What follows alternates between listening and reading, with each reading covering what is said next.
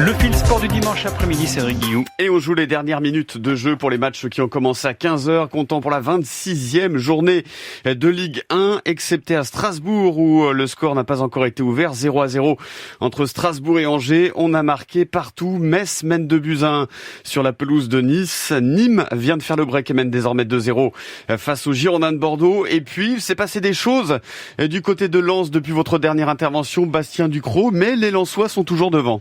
Oui, effectivement, le match qui s'est emballé en 10 minutes environ, avec d'abord contre le cours du jeu l'égalisation dijonnaise, une frappe sèche du pied gauche signée Ngonda des 25 mètres qui est venu tromper le portier lensois Jean-Louis Léca. Les Lensois qui étaient en contrôle dans cette partie, qui menaient à 1-0, qui n'étaient pas vraiment en danger et qui ont été piqués par cette égalisation.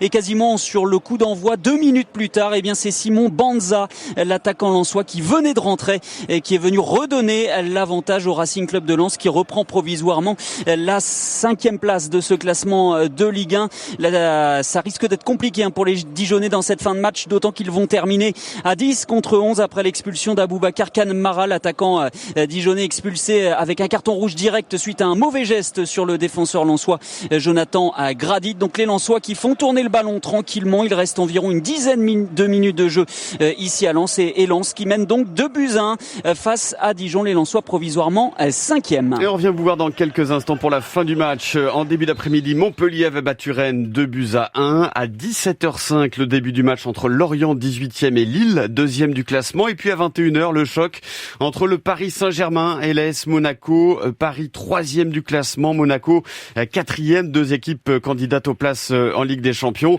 Monaco qui est invaincu en 2021, qui n'a plus perdu depuis le 16 décembre 2020. C'était à domicile 3-0 devant Lens. Et puis vous le savez, en face, il y aura le Paris Saint-Germain, brillant vainqueur de Barcelone mardi soir en Ligue des Champions. Paris qui veut continuer sur sa lancée, redevenir intraitable en Ligue 1. Le PSG qui sera toujours privé ce soir de Neymar et de Di Maria, et qui comptera une fois de plus sur Kylian Mbappé pour mettre à mal la défense de Monaco. Et d'ailleurs, pour le coach du club de la Principauté, Niko Kovac, ce sera de toute façon pour eux mission impossible pour stopper Mbappé. On connaît tous le PSG, c'est une équipe de classe mondiale. Vous parliez de Mbappé, c'est un joueur exceptionnel. Il est inenvisageable de mon point de vue de le stopper de manière individuelle. C'est un travail d'équipe. Et je crois qu'il va falloir vraiment s'appuyer sur ces valeurs d'entraide, de solidarité. Également être à la hauteur physiquement, tactiquement, pour essayer de compenser, de contrecarrer ces qualités exceptionnelles que sont celles du Paris Saint-Germain. Niko Kovac, l'entraîneur de l'AS Monaco, PSG Monaco, ce sera à suivre bien évidemment avec Alexandre Vaux ce soir sur France Info. On joue également en Coupe de France aujourd'hui avec les clubs amateurs qui étaient en lice pour les 32e de finale, sont qualifiés notamment pour le tour suivant: Aubagne, Saumur, Beauvais, Alès, Le Puy, encore le Gazélec d'Ajaccio. Les clubs amateurs qui retrouveront les clubs professionnels lors des 16e de finale. En Angleterre, on joue les dernières secondes de jeu à Aston Villa. Leicester mène toujours 2-1 sur la pelouse d'Aston Villa. En début d'après-midi, Tottenham, le club de José Mourinho, a été battu 2-1 sur la pelouse de West Ham. La nouvelle contre-performance en Espagne du Barça, accroché à domicile par Cadix, 14e du classement. Le FC Barcelone et Cadix ont fait match nul, 1 but partout.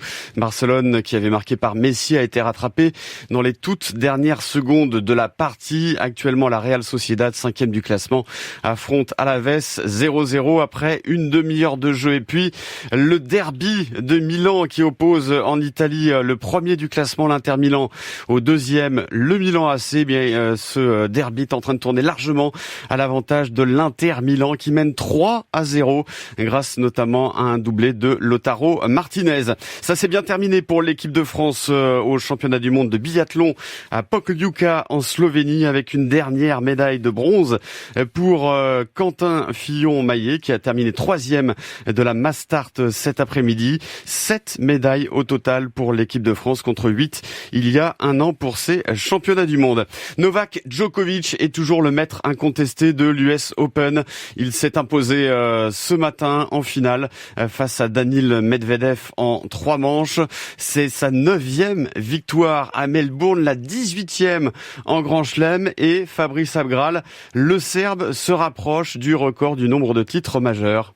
C'est vrai, il est là, plus très loin, à 2 longueurs, juste derrière Rafael Nadal et Roger Federer. 18 titres en Grand Chelem pour Novak Djokovic contre 20 pour Federer et Nadal qui codétiennent le record absolu du nombre de titres majeurs. Le Serbe n'a jamais été aussi près de rejoindre ses 2 glorieux rivaux. Il reste 3 Grands Chelems à disputer cette saison et à chaque fois, le numéro 1 mondial sera là. Djokovic a le tennis en effet pour briller sur toutes les surfaces et notamment à Roland-Garros sur terre battue. Mais là, ça va se compliquer avec la présence de l'intouchable Rafael Nadal. Et l'Espagnol sera cette année d'autant plus motivé que s'il remporte un 14e trophée porte d'Auteuil, il dépassera Federer et s'emparera seul du record de titres majeurs. Alors évidemment, Djokovic ne part pas battu d'avance, mais raisonnablement, il sait qu'il a plus de chances de s'imposer à Wimbledon et à l'US Open qu'à Roland-Garros. Novak Djokovic, en mal de reconnaissance, mettra tout en œuvre pour s'adjuger les titres restants. Ce sera cette année ou plus tard, mais peu importe. Il sait qu'il est armé pour détrôner un jour ou l'autre Nadal et Federer et détenir ce record qui déterminera un jour le plus grand joueur de tous les temps. Et ça,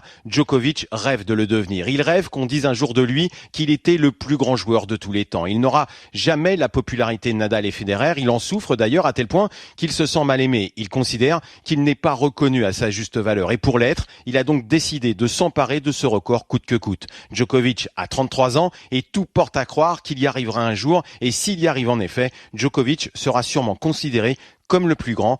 Mais il faut y arriver. Merci beaucoup Fabrice Abgral. Après donc cette victoire de Novak Djokovic à l'US Open à Melbourne. Un dernier coup d'œil, Bernard, sur les matchs de Ligue 1 qui sont en train de se terminer avec Lens qui mène toujours 2-1 devant Dijon, Nîmes 2-0 devant Bordeaux, 0-0 entre Strasbourg et Angers. Metz mène à Nice 2-1. On est dans le temps additionnel. Dans quelques minutes, le début de Lorient face à Lille. C'était le Fil Sport avec Cédric Guillou.